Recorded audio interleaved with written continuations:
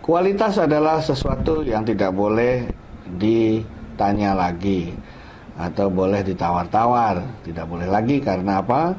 Karena kualitas sangat menentukan kinerja dari teknologi informasi.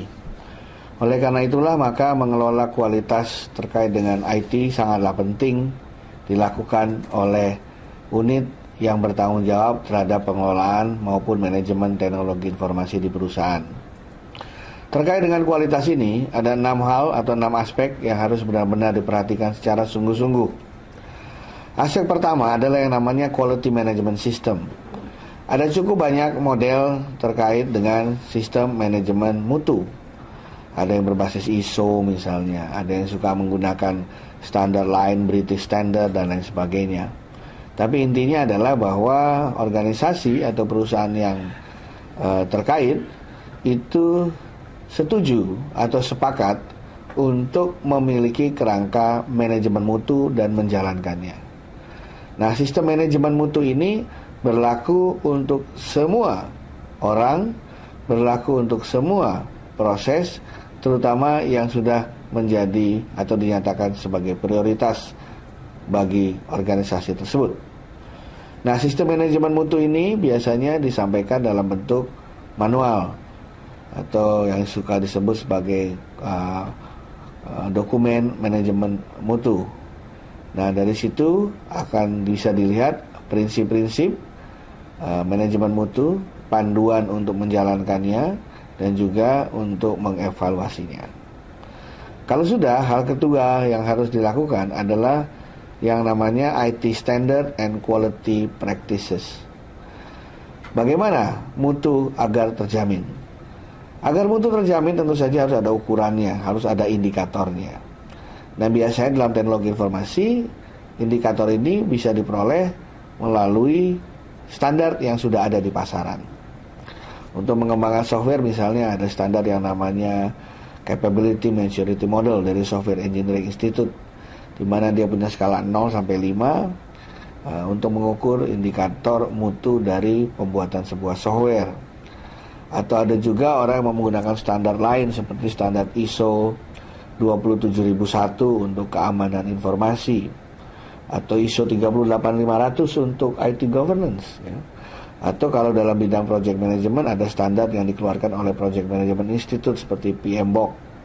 Nah, dengan adanya standar ini, maka jelas organisasi telah memiliki patokan atau alat ukur dan juga semacam panduan baku untuk melakukan sebuah proses agar sesuai dengan standar yang diinginkan.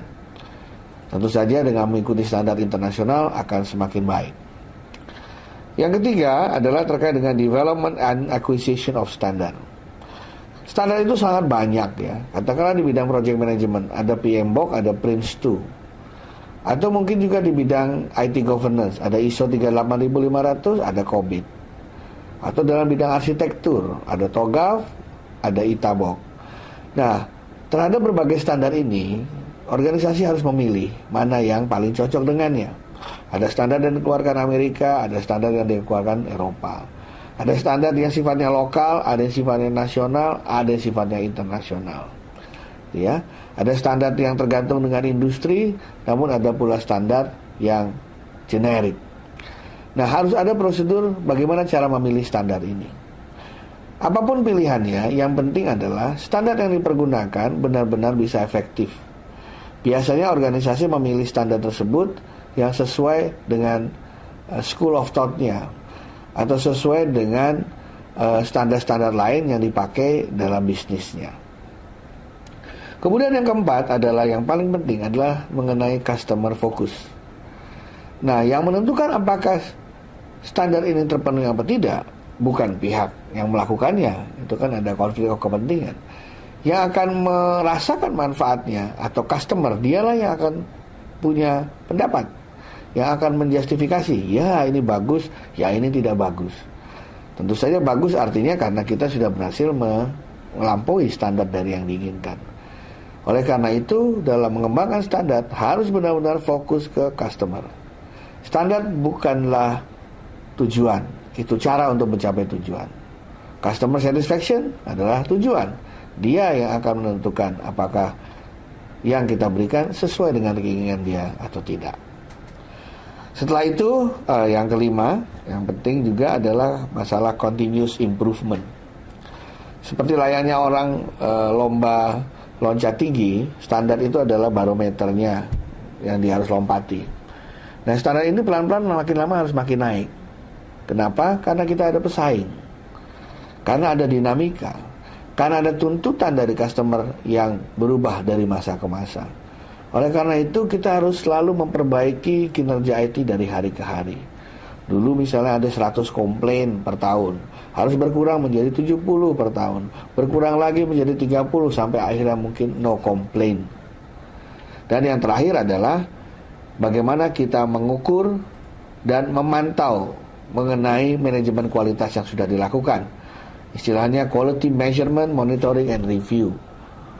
Kita mengukur, kita belajar dari penerapan standar itu, apa yang kurang, apa yang masih perlu diperbaiki. Biasanya peran audit sangat penting di sini. Dan audit yang lengkap biasanya dilakukan oleh internal, juga dilakukan oleh eksternal. Bisa juga dilakukan secara self-assessment. Yang penting adalah kita memiliki kehendak untuk memperbaiki sesuatu dari hari ke hari. Terima kasih.